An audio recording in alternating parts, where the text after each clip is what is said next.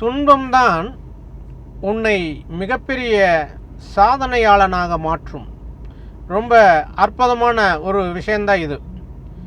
வாழ்க்கைங்கிற தத்துவத்தில் எப்போவுமே ஒரு விஷயத்தை நீங்கள் நல்லா புரிஞ்சுக்கணும். மகிழ்ச்சியாக இருக்கும்போது ஒரு மனிதனை இந்த பிரபஞ்சம் பக்குவப்படுத்தாது. துன்பத்தோடு இருக்கும்போது தான் இந்த பிரபஞ்சம் ஒரு மனிதனை பக்குவப்படுத்துது. துன்பங்கிறது ஒரு மனிதனுக்கு நிரந்தரமானதல்ல. துன்பம் இருந்தால் தான் ஒரு மனிதன் பக்குவம் அடைய முடியும், முழு மனிதனாக மாற முடியும். அதே நேரத்தில் துன்பங்கிறது ஒவ்வொரு மனிதனுக்கும் இருக்கணும். அப்படி இல்லைன்னா அந்த மனிதன் மனிதர்களாக இருக்க முடியாது. ஏன்னு கேட்டால் துன்பம் வர நேரத்தில் தான் ஒரு மனிதனுக்கு அறிவும் வருது. அது மட்டும் இல்லை, ஞானமும் அந்த துன்பம் வர நேரத்தில் தான் அந்த ஞானமும் வருது. ஆகையால் எப்பொழுதும் ஒரு மனிதன் மிகச்சிறந்த அறிவாளியாக இருக்க வேண்டும் என்றாலும், ஞானியாக இருக்க வேண்டும் என்றாலும், துன்பத்தை எப்பொழுதுமே நீங்கள் ஏற்றுக்கொள்ள வேண்டும். ஏனென்றால் துன்பம் உங்களுக்கு அருமையான நண்பன் என்பதை நீங்கள் முதலில் தெரிந்து கொள்ளுங்கள். துன்பம் என்பது உங்களை வழிநடத்தி செல்லும் அற்புதமான ஒரு வழிகாட்டி. அது மட்டுமல்லாமல் இந்த துன்பத்தை நீங்கள் எப்பொழுது சமாளிக்க கற்றுக்கொள்கிறீர்களோ அப்பொழுது நீங்கள் இந்த மண்ணுலகில் மனிதர்கள் மத்தியில் தனித்துவமான ஒரு மனிதனாக இருக்க முடியும். துன்பம் என்பது உங்களை அழகான பாதையில் வழிநடத்தி செல்லக்கூடிய அற்புதமான ஒரு திசைமானியன்தான் இந்த துன்பம். வடக்கு திசை எப்படி கண்டுபிடிப்பது என்றால், கடலில் சென்றால் வடக்கு திசை மட்டுமல்ல, எந்த திசையும் தெரியாது.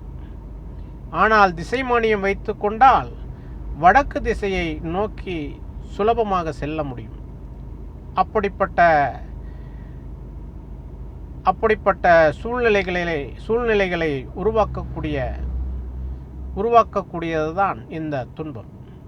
துன்பம் என்பது ஒரு மனிதனுக்கு வந்துவிட்டால் அவன் நிச்சயமாக நேராக பயணம் செய்ய முடியும்.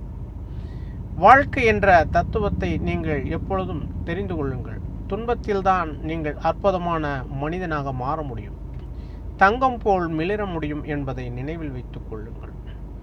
வாழ்க்கையில் ஒரு மனிதன் சாதிக்க வேண்டும் என்றால் துன்பத்தை எப்பொழுதுமே ஏற்றுக்கொள்ள வேண்டும். துன்பத்தை மிகப்பெரிய நண்பனாக நீங்கள் ஏற்றுக்கொண்டால் நீங்கள் இந்த உலகில் அற்புதமான மனிதனாக வலம் வர முடியும் என்பதுதான் உண்மை. துன்பம் என்பது ஒரு அழகான வானவில் போன்றதுதான். அது எப்படி வானவில் போன்றது என்று கேட்டீர்களானால், துன்பத்தை நீங்கள் சமாளித்து பழகிக்கொண்டால், அதை எதிர்கொண்டு பழகிக்கொண்டால் உங்களுடைய வாழ்க்கை எப்பொழுதும் வானவில் போலவே இருக்கும் என்பதுதான் உண்மை. வானவில் எப்படி வானத்தில் உருவாகிறது என்றால், பலவிதமான இடையூறுகளை தாண்டிதான் இந்த வானத்தில் உதயமாகிறது என்பதை நினைவில் வைத்துக் கொள்ளுங்கள். மழை வரும்போது மட்டுமே அந்த வானத்தில் உதயமாகும். அது கண்ணுக்கு மட்டுமல்ல, மனதுக்கும் ஒரு அற்புதமான சுவையாக இருக்கும் என்பதுதான் உண்மை. அப்படித்தான் நீங்களும் துன்பத்தை எதிர்கொண்டு சமாளிக்க கற்றுக்கொண்டால் அந்த துன்பம் உங்களுக்கு அற்புதமான ஒரு நண்பனாக மாற முடியும் என்பதுதான் உண்மை. அப்படி நீங்கள் வாழ்க்கையில் துன்பங்களை எதிர்கொண்டு சமாளிக்க கற்றுக்கொள்ளுங்கள். உங்களுடைய வாழ்க்கை பிரகாசமாக இருக்கும். அந்த இறைவனுடைய அருளும் உங்களுக்கு கிடைக்கும் என்பது உண்மை. நன்றி.